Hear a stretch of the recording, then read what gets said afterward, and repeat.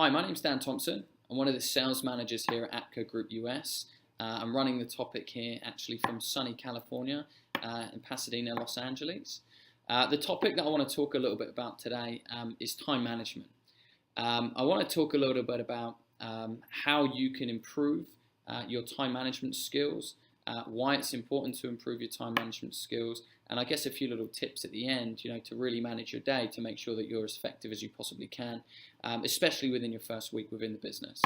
So, I mean, the first thing to kind of touch on, I guess, is for your first week within the company, especially when you've been given your stage 1 COD booklet, time management, it can almost look like there's a lot of things on there that you have to kind of learn, grasp, and master, learning from sales to pitching people for the first time, confidence. And if it was anything like my first week, it can almost seem a bit overwhelming and almost a bit, over your head as such. Learning to manage your time and learning to compartmentalize each individual part and focus on each part, until you get it right, is really the only way to actually master a skill, is to practice it and learn it.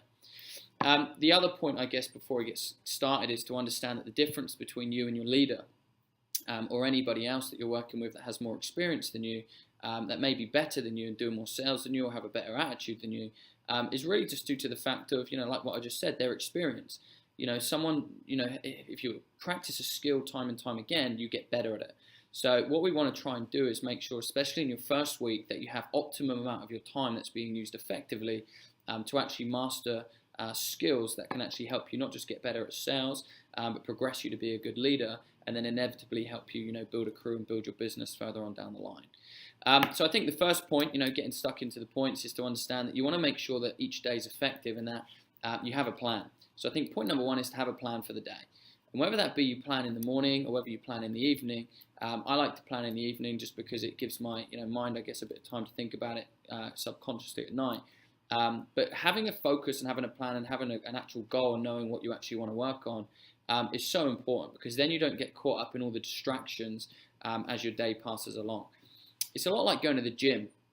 And if you have a certain routine and you know exactly what you want to work on, whether it be chest and triceps on a Monday and then maybe legs on a Tuesday or your back on a Wednesday, by having some kind of structure and having some kind of focus, what it does is it actually allows you, when you actually then go to the gym, is to put 120% into that particular exercise, as opposed to sometimes getting drawn to your favorite exercise machine as such, or generally something you think that's a little bit easier.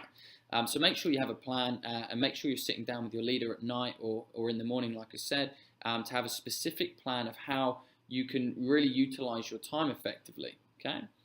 The second point then, I think, is once you've figured out, exactly what it is that you want to work on, is apply yourself to the 100% rule.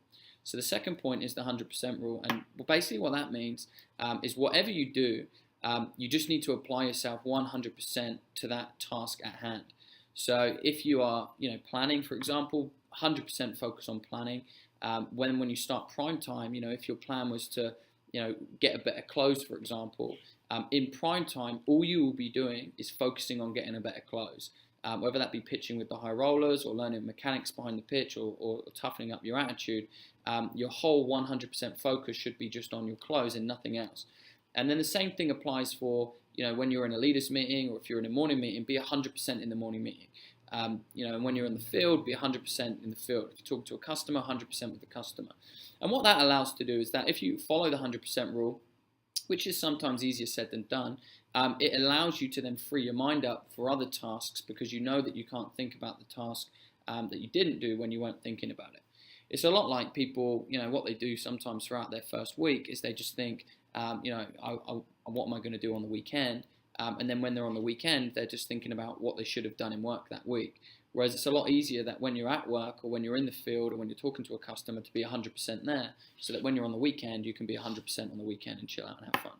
Okay, so that's the 100% rule. I think that's very important. The next thing, point number 3, is make sure that you're using the resources around you. It takes a lot of time, I guess, sometimes to learn sales if you're just trying to learn it by yourself, because you have to try and figure out your own systems, your own pitch, your own close, your own impulsing. As such, when you actually copy somebody else, the path has already been laid out in front of you. You just have to copy it. So spend as much time as you can networking with other people around you at every stage and every skill that you're trying to get better at. So the equivalent of, most offices have anywhere between 5 to 10 to 15 bell ringers a night. So let's say you just look at 5 bell ringers at the end of the evening. If you go and speak to all 5 and just ask them for one little tip on how do you have a good day in the field, or how did you ring the bell, and you do that every single day throughout the week, if you speak to 5 people over a week times 5 days, that's going to equal 25 extra tips that you're going to get at the end of the week.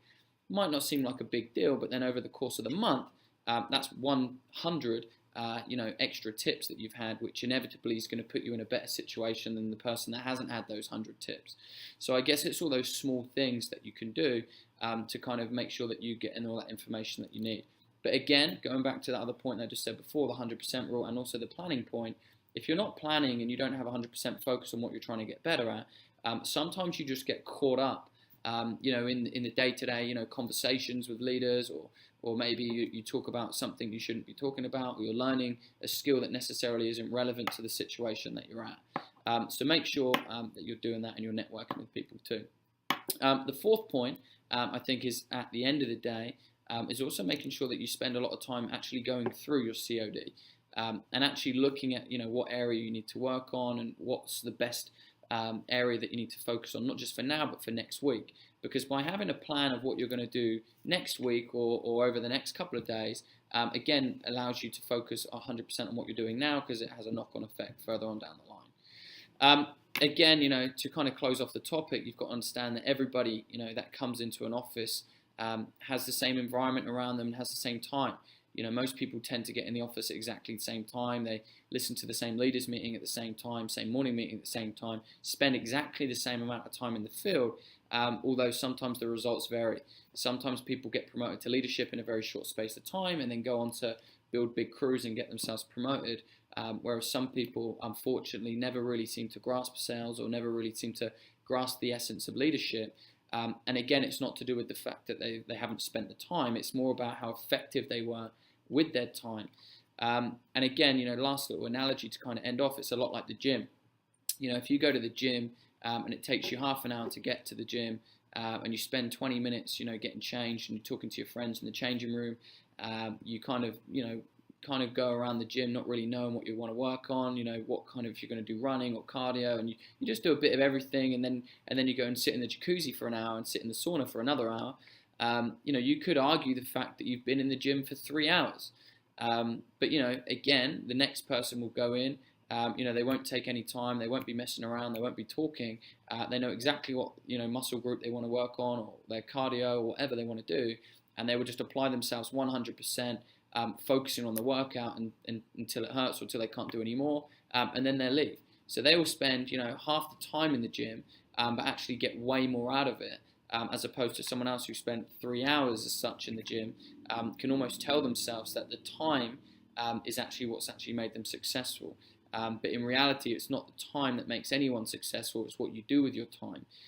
So just make sure that, especially in your first week, that you're trying to use as much time as you possibly can on anything that's going to improve your skills, anything that's going to improve your situation, and anything that's really going to help you move forward.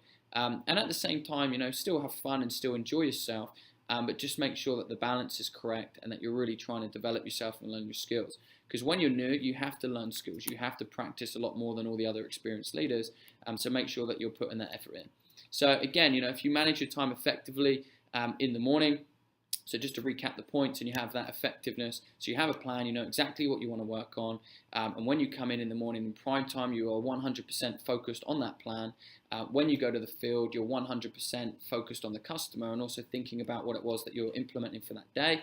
You assess at the end of the day if it was correct or not, if it worked. Get with some of the high rollers and some people that can help you develop that skill, and then plan again what you're going to learn for the next day and look at your COD and think, where's the next stage? How can I keep progressing? If you do that day after day after day after day, again, a lot like the gym, if you go to the gym every single day again and again and again and again and eat the right food, you don't see the changes bit by bit. It's only 2 months, 3 months, 4 months when you see someone that you haven't seen for a while and you're almost shocked at the fact that, man, you look really muscly or you've lost a lot of weight. But it's all the small things that they're doing on a day-to-day basis that don't really seem to be noticeable to the human eye, but as they build up, you can. So it's the same thing here. You know, you see people kind of get progressed, they promote to leadership, and then they start building a crew and they start building a team. And it looks on the surface like they're doing the same thing. They're showing up, they're going to the field, they're ringing the bell, but there's all these small little things that they're doing to really help progress and stay focused. So I hope that helped everybody. And, you know, if you need anything, you know, just get in contact with me and that'd be great. Thank you very much.